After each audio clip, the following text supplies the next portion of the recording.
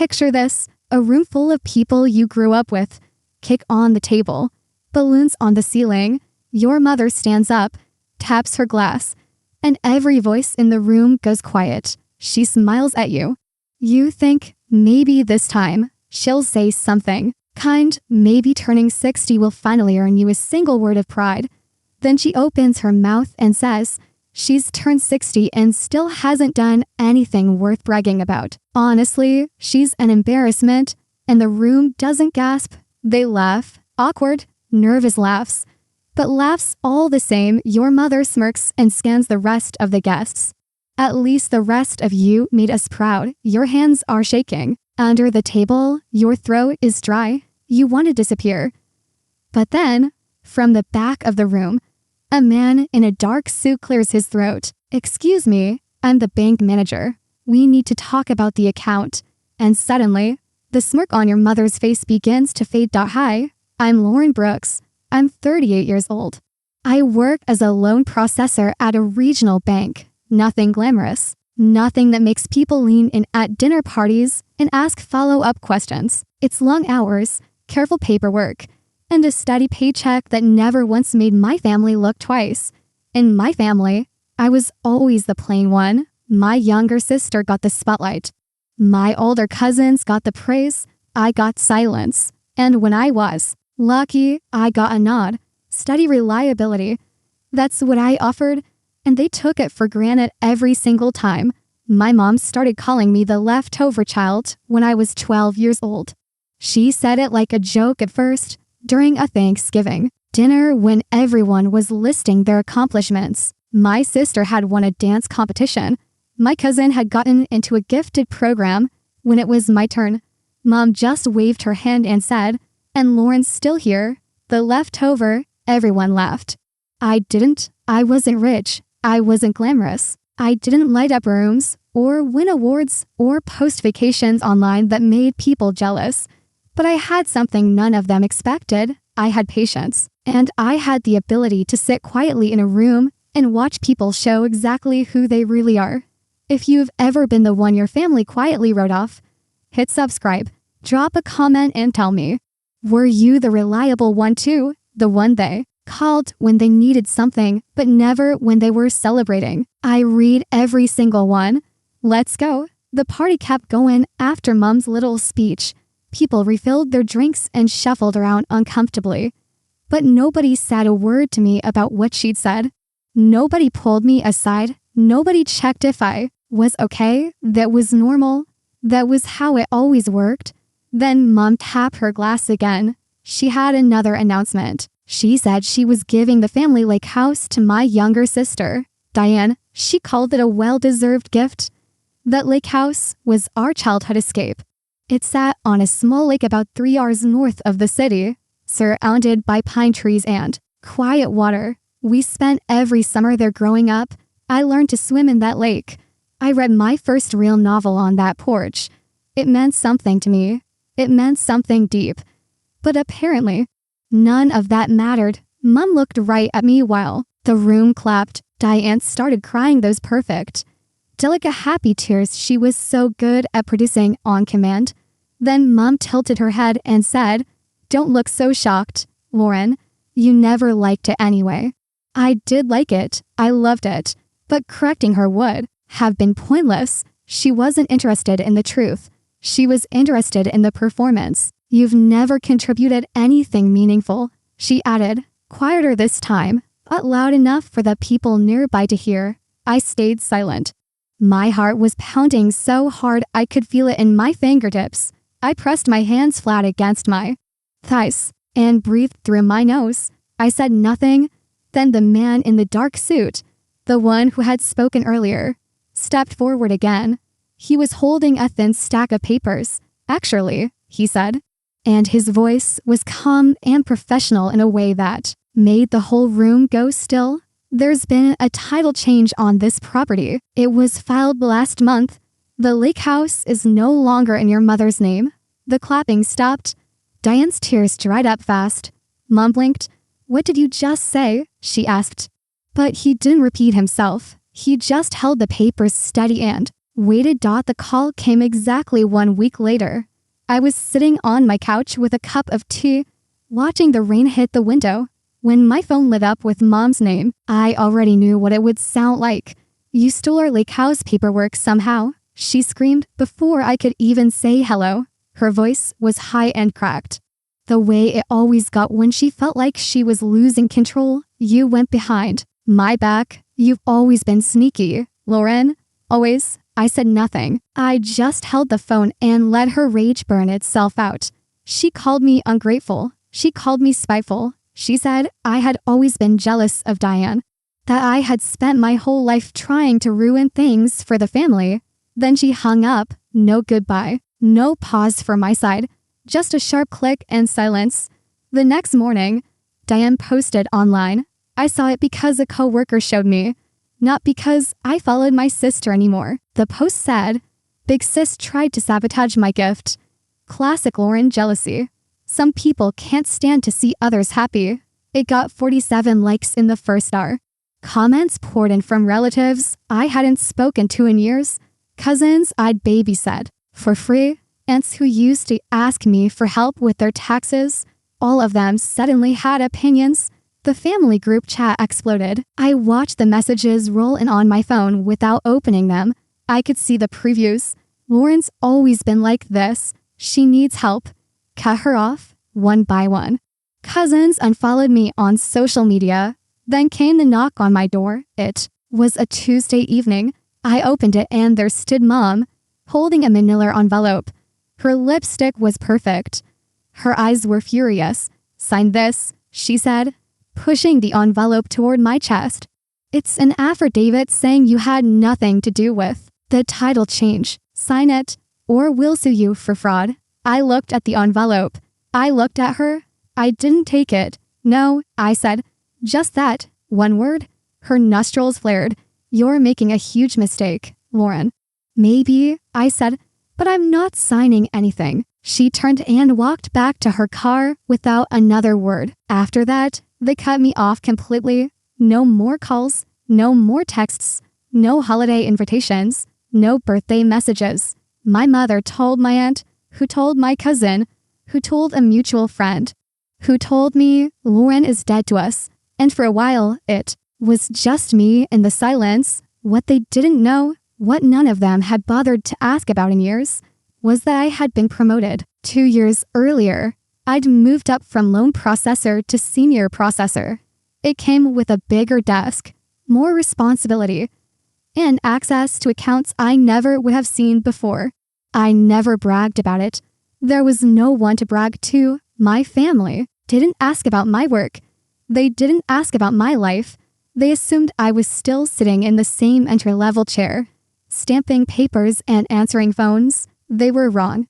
What they really didn't know was even more important. For the last 18 months, I had been quietly handling high-value trust accounts, estates, inheritance transfers, complex financial instruments that required careful, meticulous attention, including one very important account, one that had my family's name on it. I didn't go looking for it.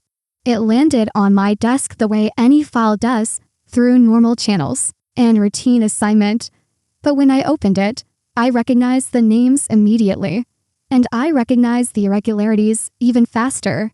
I had access to records they never imagined I would see, financial histories, transfer authorizations, signature cards, documents that told a story very different from the one my mother had been telling for decades, and I had already used that access. Not to steal, not to deceive, not to forge or manipulate or bend any rule. I had used it the right way, the legal way, the way my grandmother would have wanted. His name was Jake Ellison. He was 45, had a short beard and tired eyes, and he used to work for my mother's real estate side business. She and Dad had run a small property management company for about a decade, buying up rental units and flipping houses on the side. Jake was their bookkeeper. He was good at his job. Too good. Actually, 5 years ago, Jake noticed numbers that didn't add up, deposits that appeared from nowhere, expenses that were clearly fabricated. He brought it to my father first. thinking maybe it was an honest mistake. Dad told him to drop it. Jake didn't drop it. He started keeping copies. When Mom found out, she fired him within 48 hours. No severance, no reference letter. She told everyone he was incompetent and that they'd caught him stealing from the company. It was a lie, and Jake knew it. But fighting back against my mother's version of reality was expensive and exhausting. So he walked away. I ran into him 2 years ago at a banking conference downtown. I almost didn't recognize him. He was working for a different firm by then, doing forensic accounting. We got coffee, then dinner, then we started talking regularly. Jake became my quiet confidant, the only person who understood exactly what my family was capable of. When I told him what I'd found in the trust account files, he didn't seem surprised. He just nodded slowly and said, "Your grandmother was smart. She saw it all coming." Jake dug deeper on his own time. He pulled old transfer documents from public records. He found discrepancies in property filings going back over a decade. And he found something damning. My mother had forged signatures on at least 3 separate real estate transactions. She had signed my grandmother's name on documents years after my grandmother had lost the physical ability to write. Meanwhile, my family grew cocky. Mom told anyone who would listen that I was bluffing, that I had nothing, that the whole title dispute was the desperate move of a jealous, lonely woman with no life. Lauren's got nothing. She said to my aunt on the phone, loud enough that it got back to me within a day. They even planned a victory dinner at the lake house they no longer legally owned.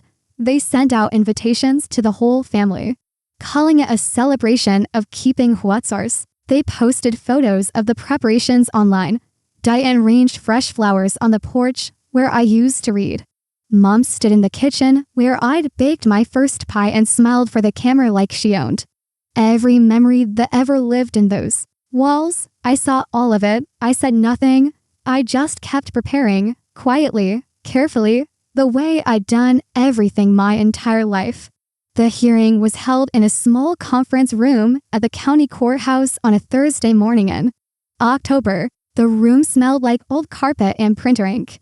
A long table sat in the middle, and fluorescent lights hummed faintly above.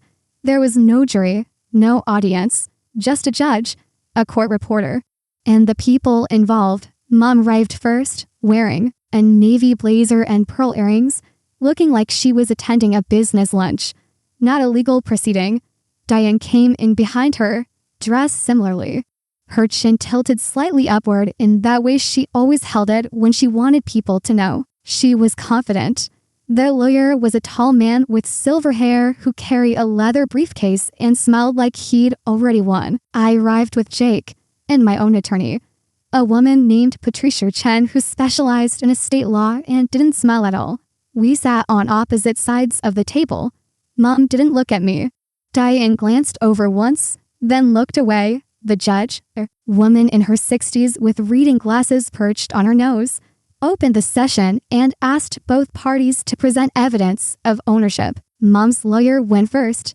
He slid a copy of the old deed across the table with a flourish, like he was presenting a winning hand at poker. "Your Honor, the property has been in my client's name for over 15 years. The deed is clear, the title. History is straightforward. This dispute is baseless." The judge reviewed the document, then looked at me. "Your response?" Patricia nodded at me. I opened my folder. My hands were steady.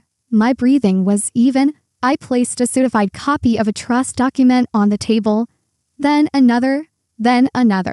Bank records, notarized filings, a will, Your Honor. Patricia said, 18 months ago, my client discovered a previously unfiled amendment to her late grandmother's will. The amendment, executed while the grandmother was still of sound mind, established a revocable trust and named my client as sole trustee. The lake house property was included in the trust's assets.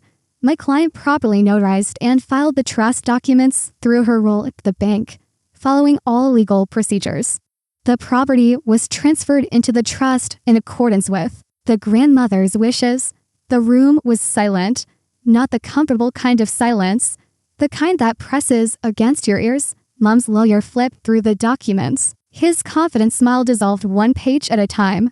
Mom's face went through stages. Confusion first, then recognition, then something close to fear. Diane gasped, just once, a short, sharp intake of breath, like someone had pulled a chair out from under her. Your grandmother, the judge said slowly, looking at my mother, appears to have made specific provisions to protect this property from financial mismanagement. Were you aware of this amended will? Mom opened her mouth. Nothing came out. Furthermore, Patricia continued, our forensic review has identified multiple documents in the prior title chain bearing signatures that do not match the grandmother's known handwriting samples from the relevantee. We believe signatures were forged. The judge removed her glasses and looked directly at my mother. If that is the case, she said, her voice measured and firm, that is a separate and very serious matter. She paused, then delivered her ruling. Based on the evidence presented, the trust is valid. Title to the property is confirmed in the trust, with Lauren Brooks as sole trustee. The previous deed, filed under the mother's name, is superseded. I am ordering the title be formally corrected in the county records. Mom's lawyer closed his briefcase without a word.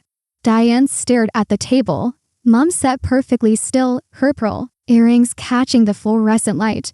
Her hands folded in her lap like she was posing for a portrait of someone who had just lost everything.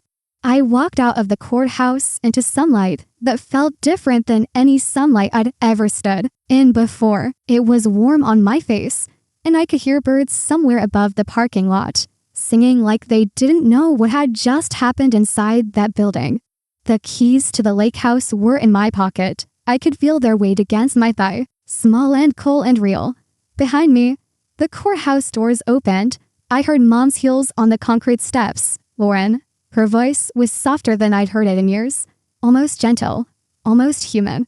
I stopped walking, but didn't turn round right away. Lauren, please. We're family. I stood there for a moment, feeling the breeze move across my arms. I thought about every birthday she'd ignored, every achievement she'd dismissed, every time she'd looked right through me like I was a window she was trying to see past. I turned around. She was standing 3 steps above me, clutching her purse, strapped with both hands. Diane was behind her, not crying this time, just standing there looking lost. I looked at my mother, really looked at her, and I said, you decided I wasn't. Then I turned and walked to my car. I didn't run. I didn't rush. I just walked at my own pace, the way I'd done everything in my life, steady and sure and completely on my own terms. In the weeks that followed, I kept the lake house. I hired a local property manager and rented it out fairly at a reasonable rate to families who wanted a quiet place by the water. Part of the rental income, I donated to a women's shelter to towns over, a place that helped people rebuild after being torn down by the ones who were supposed to love them. It felt right. My family scattered after the hearing. Mom stopped calling. Everyone. Diane took her posts down. Cousins who had unfollowed me didn't follow back. But they stopped talking about me too. The silence from them used to hurt. Now it just felt like space. Room to breathe. Room to exist without someone measuring my worth and finding it lacking. I finally breathed free. Not because I'd won a legal battle or kept a house or proved anyone wrong. I breathed free because I stopped waiting for people to see me who had already decided I was invisible. I was stronger than they ever guessed, quieter than they ever appreciated, and for the first time in my life, completely in control. If your family ever rewrote your worth or cut you out of what was rightfully yours, you know the sting. You know how it sits in your chest like a stone you can't swallow. Share your story in the comments. I'm listening, I promise you. Someone else reading this will understand exactly what you've been through. Subscribe to join others who reclaimed their place, and click hype to help this story reach people facing the same erasure. Because no one should have to fight alone to be seen.